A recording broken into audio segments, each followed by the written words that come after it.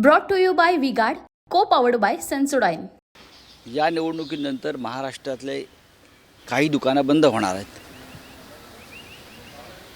किमान 3-4 दुकानं सुपारीची, बरं का, 3-4 सुपारी शॉप इन पॉलिटिक्स वो बंद होने वाले हैं. वापस वो शॉप नहीं चलेंगे. उसमें से ये एक दुकान है. महाराष्ट्र में चाहे नरेंद्र मोदी जी आए, अमित शाह जी आए, कितनी भी सभाएं ले लो, वो जितनी सभाएं लेंगी उतनी बीजेपी की सीटें कम हो रही है या उनके अलायंस की सीटें कम हो रही है. ये लगभग तय है. पूरा दम निकल चुका है. प्रधानमंत्री मुंबईत येऊन, महाराष्ट्रात येऊन 25-25, 20-20, 30-30 सभा घेतात.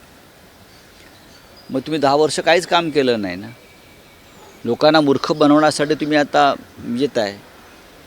आपण तर विकास केला असता, आपण महाराष्ट्रासाठी काही चांगल्या गोष्टी केल्या असता, तर अशा प्रकारे ज्यांनी तुम्हाला शिव्या घातल्या, महाराष्ट्रात पाय ठेवू देणार नाही म्हणून सांगितलं, त्यांना मांडीवर घेऊन बसावं नसतं लागलं. देखिए, उनका काम है अफवाह से गर्मी बढ़ाना और हमारा काम है माहौल को ठंडा रखना.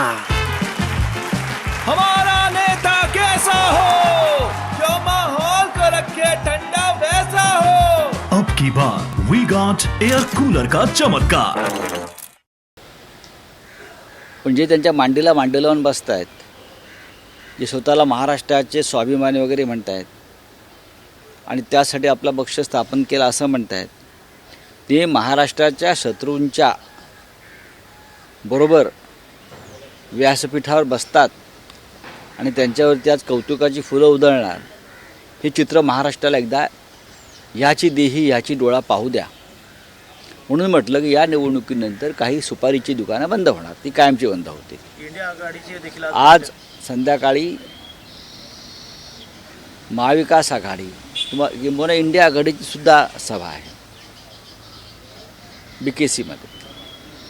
खरं म्हणजे शिवतीर्थावर सभा व्हावी 17 तारखेला, यासाठी आम्ही पहिला अर्ज केला होता आणि ती आमची परंपरा आहे शिवसेनेची किंवा आमची सभा व्हावी. पण फक्त आमची सभा होऊ नये म्हणून प्रधानमंत्र्यांना बोलवण्यात आलं, काही सुपारीवाल्यांना बोलवण्यात आलं. हा सत्तेचा गैरवापर आहे. पण ठीक आहे, BKCमध्ये सभा होईल. या सभेला माननीय काँग्रेसचे अध्यक्ष मल्लिकार्जुन खरगे जे आहेत, अरविंद केजरीवाल आज 4 वाजता मुंबईत पोचत आहेत, माननीय उद्धव ठाकरे जे आहेत आणि शरद पवार साहेब आहेत, ते प्रमुख नेते आणि आमचे इतर अलायन्सचे नेते उपस्थित राहतील आणि सभा मोठी होईल.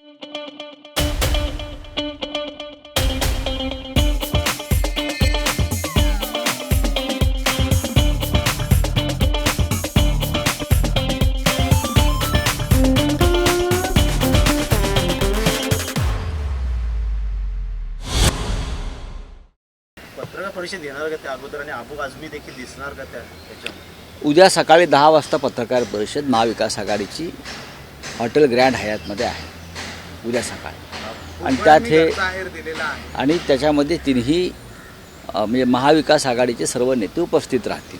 सर, इंडिया अलायंस की बैठक है आज मुंबई में. अरविंद बैठक में रैली है. रैली है, तो सभी लीडर्स आ रहे हैं. अरविंद केजरीवाल आ रहे हैं, तो क्या कहना चाहेंगे? बड़े बड़े लीडर्स. ये बहुत बड़ी रैली आज BKC में. प्रचार समाप्त होगा कल. तो आज शाम को एक्चुअली हमने शिवाजी पार्क के लिए तैयारी की थी.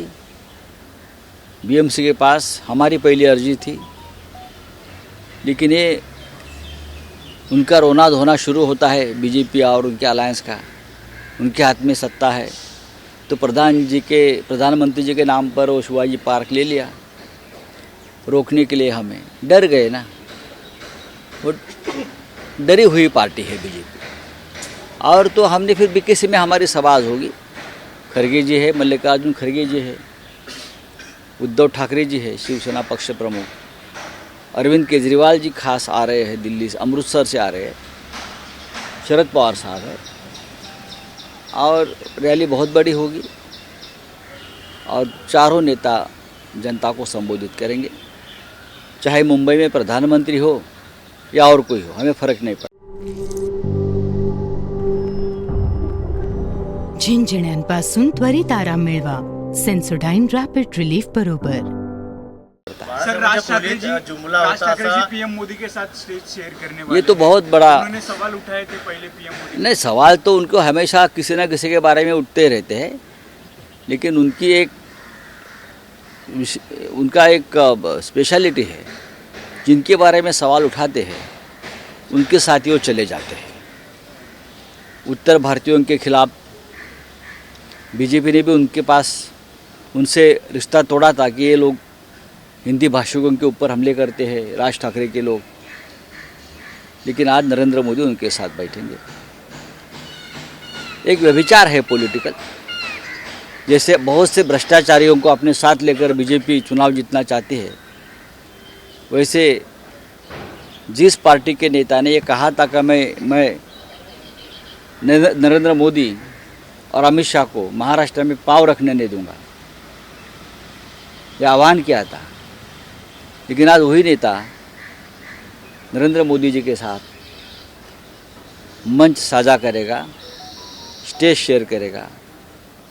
जो महाराष्ट्र के खिलाफ जो नेता शाहजी और मोदी जी एक साजिश कर रहे, उनके साथ राज ठाकरे बैठेंगे और पूरा महाराष्ट्र देखेंगे। 4 जून के बाद ये दुकान जो है राज ठाकरे जी का, सुपारी का दुकान, ये पूरी तरह से बंद हो जाएगा, जनता बंद करेगी। टीका केली आहे, घाटकोपर जे होर्डिंग पडलं त्याची परवानगी उद्धव ठाकरे यांच्या काळात दिली होती, असं कोण म्हणतं? आणि भावेश भिंडे यांच्याबरोबर फोटो देखील उद्धव ठाकरे यांचा व्हायरल झाल्याचा आरोप बरं. सोमय्या यांनी केलेला आहे. हो, मग काल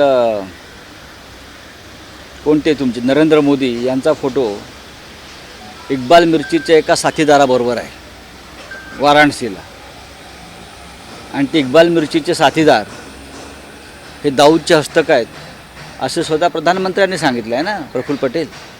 त्याच्यावर बोला. सगळे भ्रष्टाचारी ज्यांना तुरुंगात टाकायला निघाले होते त्यांच्याबरोबर नरेंद्र मोदीचे फोटो नाहीत, चहापान करतायत, जेवणं करतायत. फडणवीस साहेब त्यांच्यावर बोला. आज ज्या यामिनी जाधव, यशवंत जाधव यांच्या भ्रष्टाचाराची कुंडली आपण मांडली होती, त्यांच्या प्रचाराला आपण आहात, त्यांचे अर्ज भरायला आपण आहात. अजित पवाराला आपण तुरुंगात टाकणार होता, चक्की पिसिंग, आज त्यांचं किसिंग करताय पिसिंगच्या ऐवजी. त्याच्यावर बोला. तुमचे कोणाबरोबर फोटो आहे ते यापूर्वी आलेले आहेत. आपल्या बंगल्यावरती कोणाचा वावर असतो आणि कोण कोण होतं त्याच्यात मला पडायचं नाही. आपल्या आणि आपल्या कुटुंबाचे फोटो कोणाबरोबर असतात, फोटो येतात, लोक येतात गर्दीमध्ये, फोटो काढतात. आपण सार्वजनिक जीवनामध्ये आहोत हे ते विसरलेले दिसतात. महाराष्ट्रामध्ये जशी नरेंद्र मोदी, अमित शाह यांच्या विरुद्ध एक लाट आहे, त्याच्यापेक्षा जास्त लाट जर कोणाच्या असेल कोणाच्या विरोधात, तर ती देवेंद्र फडणवीस यांचं ढोंग आणि भंपकपणाविरुद्ध आहे. महाराष्ट्रात भारतीय जनता पक्षाचे सगळ्यात जास्त नुकसान देवेंद्र फडणवीस यांच्यामुळेच होत आहे. लोक त्यांना हेट करतात, तिरस्कार करते राज्याची जनता. हे तुम्हाला 4 जूनला कळेल. सर, अमित शाह जी ने कहा है कि जिन्होंने आर्टिकल 370 के ऊपर सवाल खड़े किए, जिन्होंने राम मंदिर के ऊपर सवाल खड़े किए, वो 40% से ज़्यादा सीट नहीं ला पाएंगे. अमित शाह जी को बोलने दो. इस देश में किसी ने भी आर्टिकल 370 के ऊपर सवाल नहीं खड़ा किया है. ये सवाल खुद आप खड़ा कर रहे हो. गौतम अडानी को कश्मीर की ज़मीन आप बेच रहे हो, और 370 देश के लिए नहीं निकाला है आपने. सिर्फ गौतम अडानी को वहाँ की प्राइम लैंड, प्राइम लोकेशन बेचने के लिए आपने 370 निकालने की कोशिश की है, और पूरा फ़ायदा 370 निकालने का वहाँ की जनता को या देश को नहीं है. तो गौतम अडानी बीजेपी का सबसे बड़ा फाइनेंसर, उनको हो रहा है. अमित शाह जी उसके ऊपर जवाब दीजिए. इसी को लगकर एक सवाल ये है कि अमित शाह ने कहा कि अगर हमें कॉन्स्टिट्यूशन बदलना होता तो हम 10 साल में बदल सकते थे, लेकिन हमने बहुमत का कभी दुरुपयोग नहीं किया. बहुमत का सबसे बड़ा दुरुपयोग इस देश में किसी ने किया होगा तो भारतीय जनता पार्टी ने किया है. बहुमत, जिसे हम पाशवी बहुमत बोलते हैं, राक्षसी बहुमत बोलते हैं, तो जनता ने आपको दिया था, उसका सबसे बड़ा दुरुपयोग अमित शाह जी और नरेंद्र मोदी जी ने किया है और अपने स्वार्थ के लिए किया है, देश के लिए नहीं किया है। चलो thank you. Brought to you by V-Guard, co powered bye Sensodyne.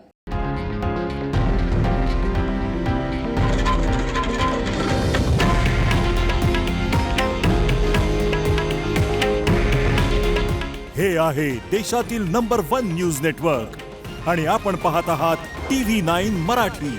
काळजी तुमची, हित महाराष्ट्राचं।